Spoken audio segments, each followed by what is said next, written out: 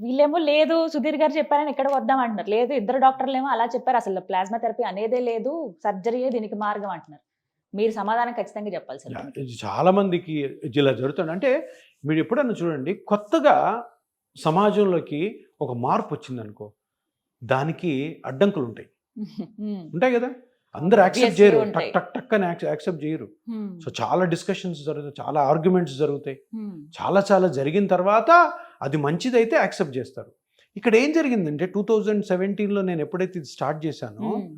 Starting day 1 నుంచి కూడా మనకు అడ్డంకులు. ఏం అడ్డంకులు? హ్మ్. దీని గురించి దుష్ప్రచారం. హ్మ్. ఎందుకు దుష్ప్రచారం చేస్తున్నారు? ఎవరు దుష్ప్రచారం చేస్తున్నారు? ఇప్పుడు మీరు అన్నారు కదా, హ్మ్. ఎవరో పేషెంట్ హ్మ్. నా దగ్గరికి వచ్చి నమ్మకంతోటి నా మాట విని హ్మ్. నమ్మి, సర్లే సెకండ్ ఒపీనియన్ దగ్గరికి వెళ్ళి, సెకండ్ ఒపీనియన్ డాక్టర్ ఎవరైతే మాట్లాడారో ఆ డాక్టర్ వద్దు అన్నప్పుడు అందరికీ కూడా ఒక విషయం అర్థం అవ్వాలి. ఏంటంటే ఆ డాక్టర్ ఎవరు?